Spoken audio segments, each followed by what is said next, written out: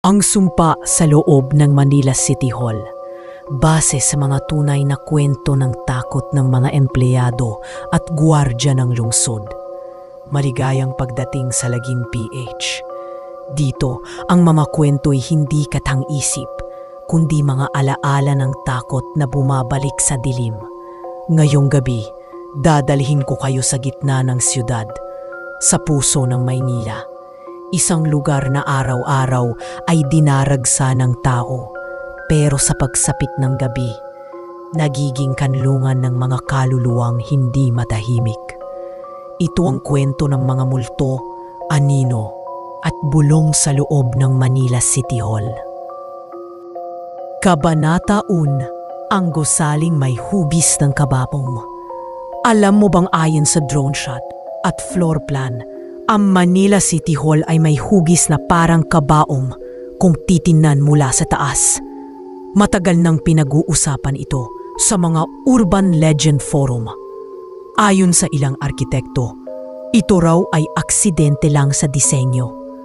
Pero para sa mga matatagal nang nagtatrabaho sa City Hall, hindi ito basta-bastang coincidence. May kakaiba talaga rito, ayon kay Mang Ruben.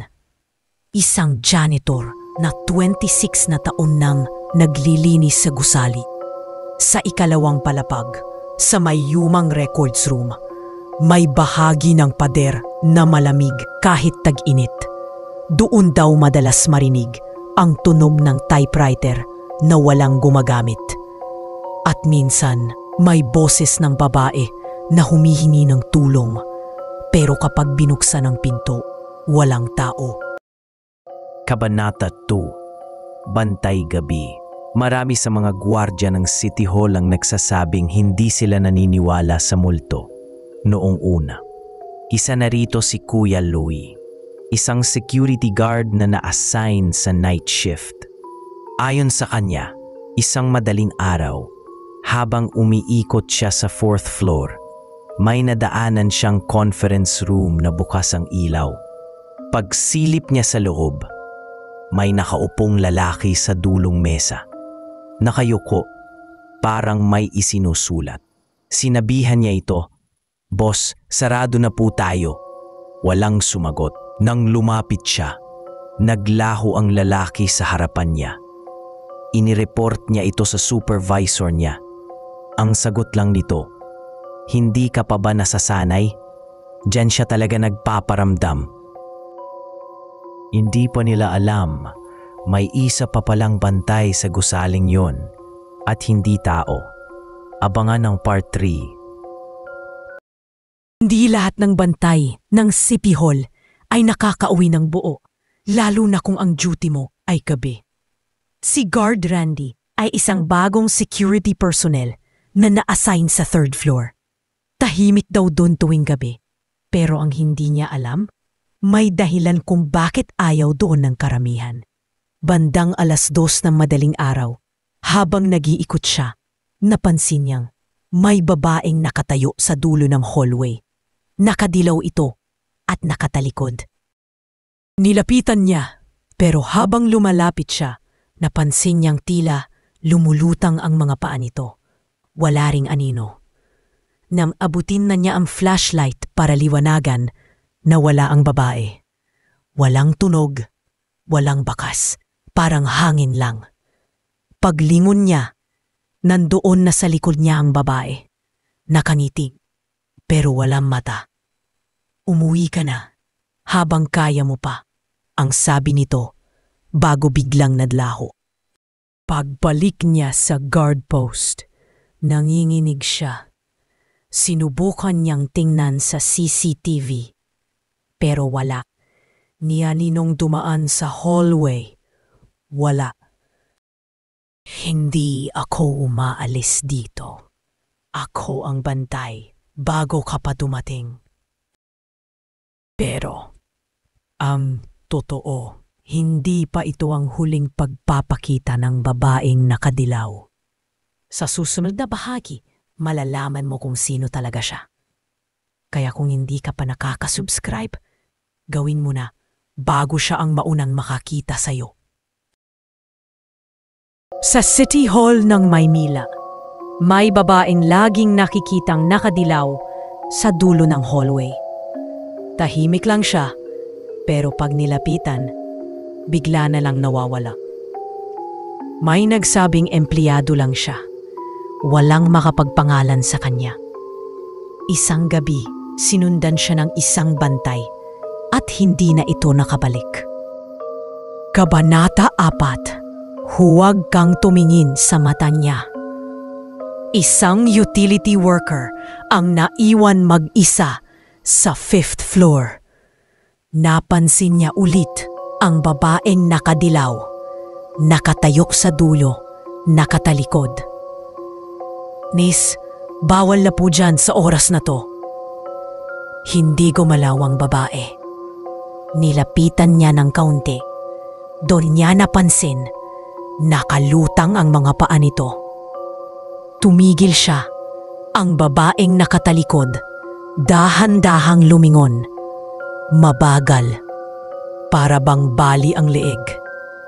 At nang makita niya ang mukha nito, kalin mata, walang bibig, isang blangkong dilaw na nilalang. Pero narinig niya sa tenga niya isang bulong, "Huwag kang tumingin." Sumigaw siya, tumakbo palabas ng hallway. Ngunit pagbalik ng ibang bantay, wala na siya. Pero nakita nila ang kanyang sapatos. Nasa ilalim ng desk ng babaeng, hindi naman umuwi. Kinabukasan, nakita nila ang utility worker. Pero parang iba na siya. Tahimik lang, nakaupo sa sulok ng CR. Paulit-ulit lang ang sinasabi, "Hindi ako tumingin, hindi ako tumingin." Ang mga mata niya namumula at puro luha. Nang sinubukang lapitan ng mga kasamahan niya, bigla siyang sumigaw, "Hindi siya tao! Hindi siya tao!" At mula noon, dinala na siya sa mental ward. Pero habang nilalabas siya ng gusali, may napansin ang isa sa mga guard. Sa likod ng hallway, nakatayo ang babaeng nakadilaw. Walang galaw, walang emosyon. Pero nakangiti, isang ngiting hindi mo gugustuhin makita sa gabi. Hanggang saan aabot ang sumpa ng babaeng nakadilaw? Abangan ng Part 5, dito lang sa Lagim PH. Mag-subscribe para hindi ka maiwan sa dilim. Sino nga ba talaga ang babaeng nakadilaw? Abangan ang Part 5. Hindi lang pala multo ang bumabalik sa City Hall. May nagsasabing may matandang sumpa ang gusaling ito. Taong 1945. Panahon ng Quiera. Ginawang taguan ng mga sundalong Hapon ang gusali. Dito, pinahirapan at pinatay ang daan-daang Pilipino. Isa sa mga biktima, isang babaeng guro. Nakadilaw ang suot. Sinasabing ginapos siya sa ilalim ng basement habang umiiyak ang kanyang anak sa labas ng pinto. Hindi na sila muling nagkita. At mula noon, tuwing 5:00 ng hapon, may babaeng umiikot sa 5th floor. Tila hinahanap ang nawalang anak. Ang lahat ng nakakakita sa kanya, binabangungot. Iisa ang sinasabi, "Bakit mo ako iniwan?" Isa sa mga bantay na umuwi ng gabing iyon, hindi na nagising. Nakanganga, para bang may sumisigaw sa kanya sa panaginip. Sumpa ba ito o paghihiganting ng kaluluwa? Abangan ang Part 6, ang silid na walang pinto. Mag-subscribe para sa susunod na lagim. Part 6. Ang silid na walang pinto. May silid sa ika-6 na palapag ng City Hall na wala namang pinto. Pero gabi-gabi, may naririnig daw na iyak mula sa loob. Isang engineer ang napadaan doon. Sa blueprint, may kwarto sa likod ng pader. Pero sa aktwal, semento lang.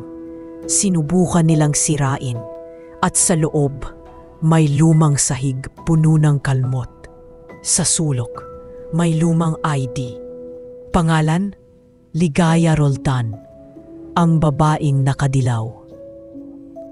Sabi ng matandang maintenance, dati may pintura yan, pero isinara na para hindi na siya makalabas. Pero mayong nabuksan na ulit, baka gusto ka na niyang kausapin. Mag-subscribe ka na bago pa siya lumabas sa likod mo.